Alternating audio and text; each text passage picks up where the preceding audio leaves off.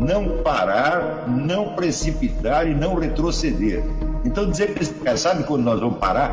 Nunca. Nunca na sua porca vida. Né?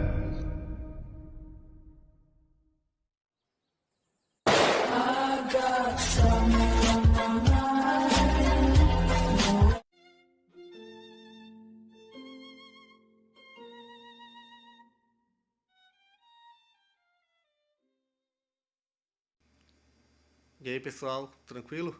Então vem aqui antes do vídeo começar, pedir para vocês se inscreverem, quem não for inscrito, compartilhar, curtir, comentar. Quem puder seja membro do canal, que isso ajuda bastante. Tem também o link do Apoia-se. Quem puder ajudar nosso canal e apoiar financeiramente vai ser muito bem-vindo. Mas o mais importante é transmitir o conteúdo e os conhecimentos do professor Olavo de Carvalho para mais e mais brasileiros. Então compartilhe e ajude aí nossa causa. Muito obrigado a todos os membros, apoiadores do canal. Fico muito feliz. Tenho certeza que a gente está no caminho certo. Então fiquem com o vídeo e até mais. Valeu!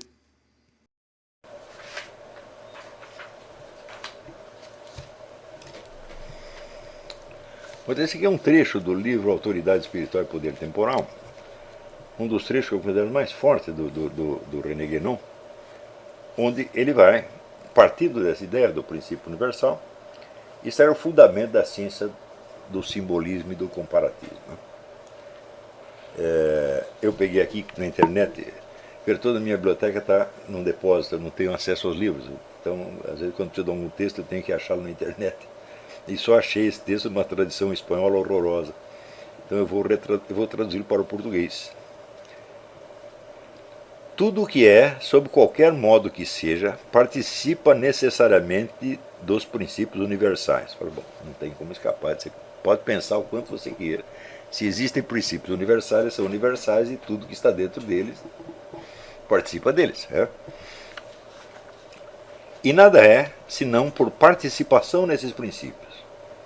Também uma frase que é bastante evidente. Se os princípios universais determinam tudo que existe, então tudo o que existe, existe só por participação. Não apenas participa, mas só existe por participação. Por participação nesses princípios, que são as essências eternas e imutáveis contidas na permanente atualidade do intelecto divino. Então, aquilo que está no Logos, os conteúdos todos do Logos, são a possibilidade de tudo quanto existe, e nada do que não existe na possibilidade existe na realidade. A possibilidade antecede a realidade e ela, de fato, ela é a própria realidade, apenas que não se manifesta tudo ao mesmo tempo. Não é isso? Então é o famoso negócio do Big Bang. Né? Então o universo apareceu na hora que determinadas forças físicas entraram em contato umas com as outras e produziram um resultado. Falei, e onde estavam essas forças físicas antes? Elas eram o quê? Eram proporções matemáticas. Portanto, essas proporções matemáticas, que se combinadas produzirem um efeito X, já tinham que existir antes, evidentemente, e também a fórmula da sua combinação também, porque se não existisse na possibilidade, não existiria na realidade. Né?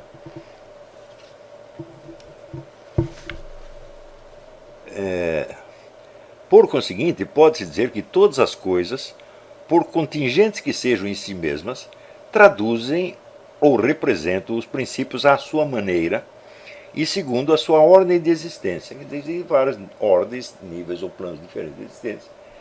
E as várias entes, fatos, situações, etc., etc., refletem à sua maneira o princípio universal dentro da escala e do nível a que pertence. Isso quer dizer que partindo de qualquer fenômeno você pode remontar os princípios universais, porque eles são onipresentes.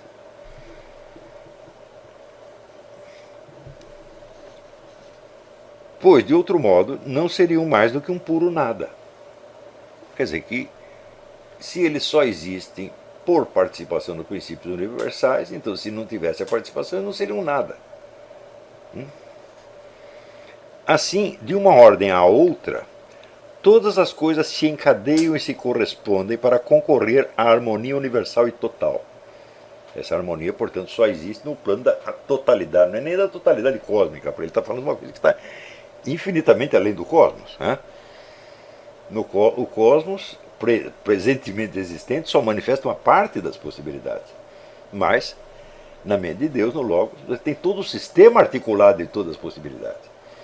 Por exemplo, se você pegar assim, as leis da aritmética elementar, elas contêm toda a aritmética elementar. Elas são, vamos dizer, são poucas regras, mas a sua aplicação é infinita.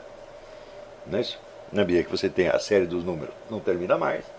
Então, todas as relações matemáticas já estão dadas de antemão nos princípios da aritmética elementar. Você pode fazer a mesma analogia com o universo. Né?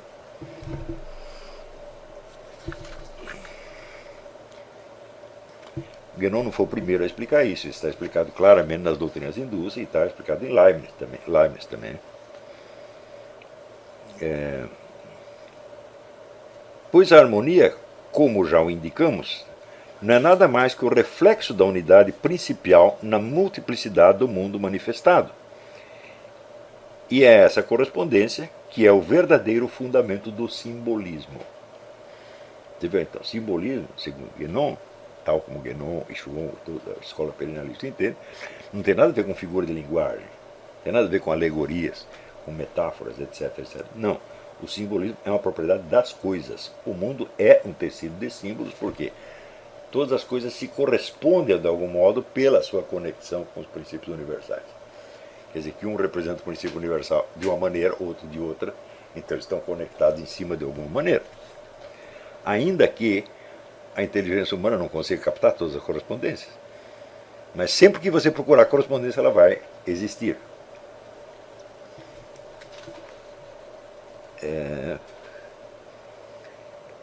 Eis porque as leis de um domínio inferior podem tomar-se sempre para simbolizar realidades de uma ordem superior.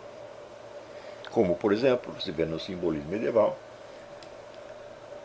e também no simbolismo islâmico, tal como aparece nas obras de Ibn Arabi, as esferas planetárias, que são entes puramente materiais, simbolizam escalas do mundo angélico e divino, num certo plano. E num outro plano elas representam também etapas da caminhada iniciática. Está compreendendo? Do indivíduo. Quer dizer, elas significam uma coisa na escala do universo material, outra coisa na escala do universo espiritual, uma terceira coisa que conecta as duas na esfera da experiência subjetiva do iniciado.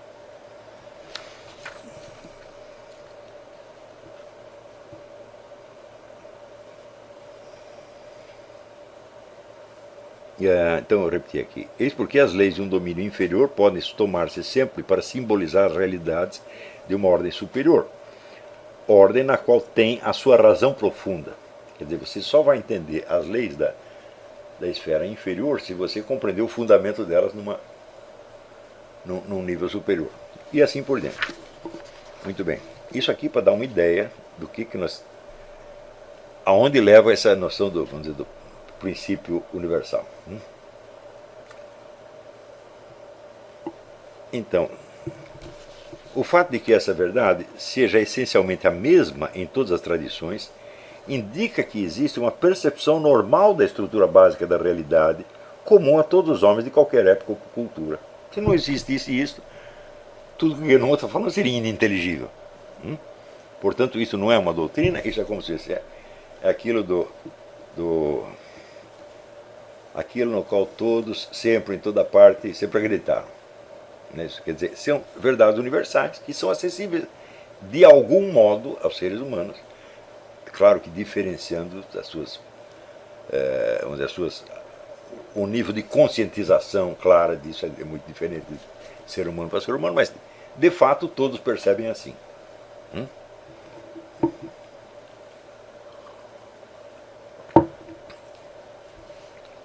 Essa percepção exige uma consciência clara ou ao menos um pressentimento da escalaridade do real.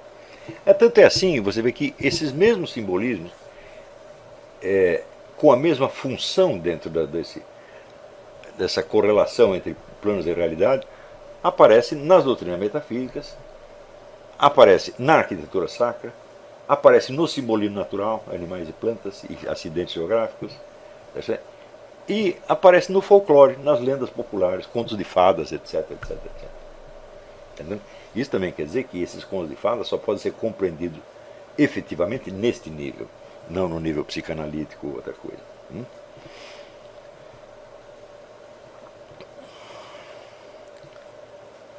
Aqui uma outra deficiência do C.S. Lewis. C.S. Lewis conhece esse simbolismo medieval de trás para diante. Só que ele vê tudo isso como se fosse um fenômeno estético apenas, já superado de algum modo pela cosmovisão científica. Quando basta você estudar um pouquinho as obras de Cedric Inácio, Wolfgang Schmidt, etc., para ver que, ao contrário, esta ciência que está embutida no simbolismo, ela abrange toda a ciência moderna e vai adiante.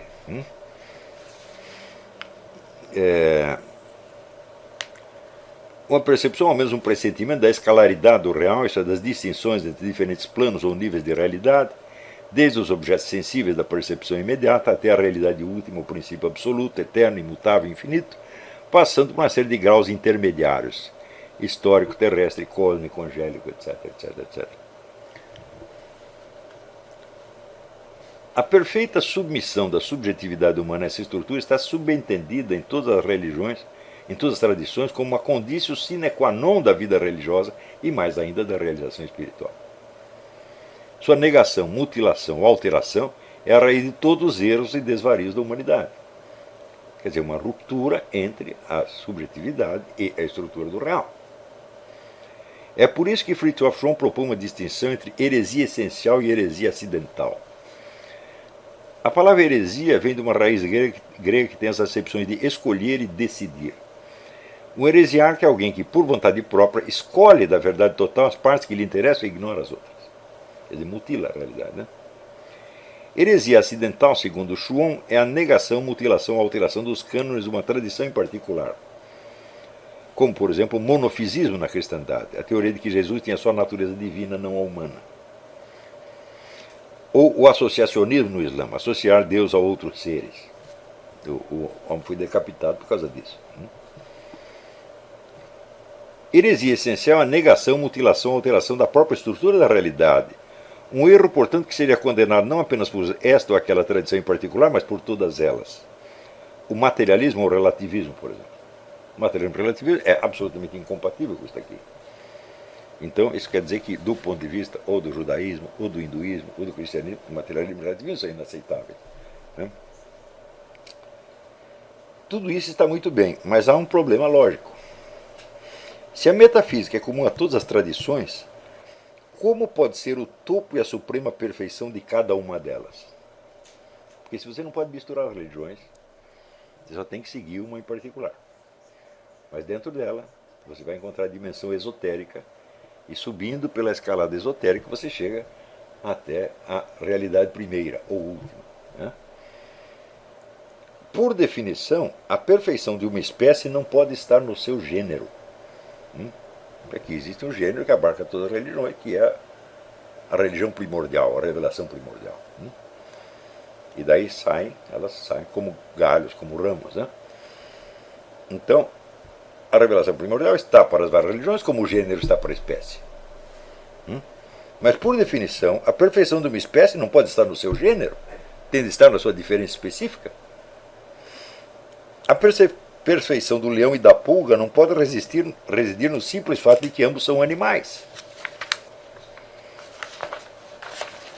É admissível que na escalada iniciática do indivíduo, a chegada à realidade suprema, que o eleva acima do seu estado individual e o absorve no próprio ser da divindade, é a culminação dos seus esforços. Ela corresponderia também, segundo o perennialismo, ao momento em que as diferenças entre as tradições espirituais são definitivamente transcendidas, sem deixar de continuar valendo para a existência empírica do iniciado no plano terrestre. É Muhyiddin Arabi, sendo então cristão, zoroastriano, judeu por dentro, sem deixar de ser ortodoxamente muçulmano por fora.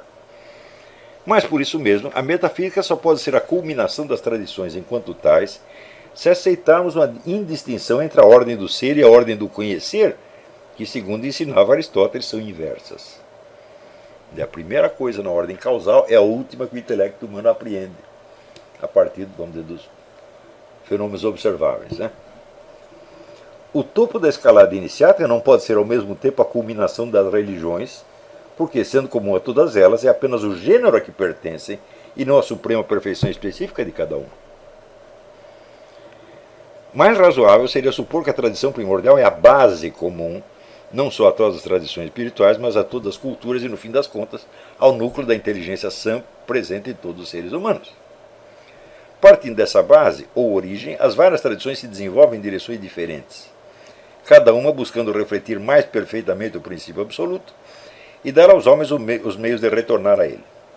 Nesse sentido, a culminação de cada religião não é o princípio em si, mas o sucesso que ela obtém na operação do retorno. Hã? Religação. Religação. Mas o termo religação é enganoso. Porque não, né? E não há por que supor, isso aqui também é outro ponto fundamental, e não há por que supor que das várias espécies, todas as espécies expressem igualmente bem a perfeição do gênero. As pulgas e os leões são igualmente animais, mas nem por isso a pulga expressa a perfeição da animalidade tão bem quanto o leão, para nada dizer do ser humano.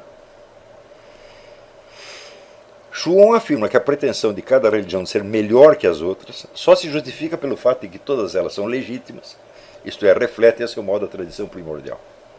Mas que, vistas na escala da eternidade e do absoluto, essa pretensão se revela ilusória. No entanto, se a perfeição de uma espécie não pode residir apenas no seu gênero e sim na sua diferença específica, não há nenhum motivo para dar por provado que todas as espécies representem por igual a perfeição do gênero. Todas as religiões remetem a uma tradição primordial, ok, mas todas a representam igualmente bem? A pergunta é inteiramente legítima. E em parte alguma a escola perennialista lhe ofereceu ou tentou oferecer uma resposta aceitável. Na verdade, nem colocou a pergunta. Será que até nessas altas esferas encontraremos o fenômeno da proibição de perguntar, que Eric Voegelin discerniu nas ideologias de massa? Então aqui termina a primeira parte do negócio. Você vê que tem um treco faltando aí, né? Esse problema de, olha, peraí, se existe uma perfeição, então a perfeição está naquilo que a religião faz. Quer dizer, ela leva o sujeito de volta até o primeiro princípio. Mas todas fazem isso igualmente, perfeitamente bem? Igualmente bem? Por quê? Onde está demonstrado isso aí? Não, simplesmente não está demonstrado e a pergunta não é feita. Parte do princípio de que todas são igualmente legítimas. E, no fundo, tanto faz como tanto fez. Porém, esta afirmação só vale da boca para fora. É o que veremos na... Não sei se na próxima aula ainda a segunda parte do texto vai estar pronta, mas na segunda parte do texto eu vou responder isso aí.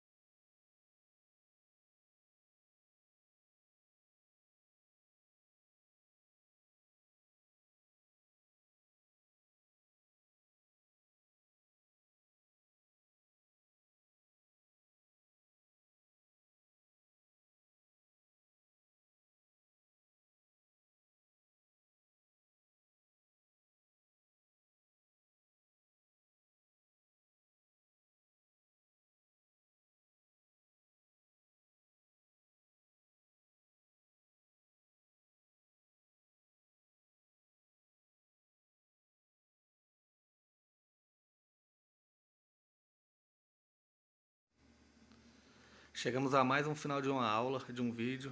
Espero que tenham gostado. Quem não se inscreveu ainda, se inscreva, compartilhe, comente. Ajude nosso canal, apoie, seja membro.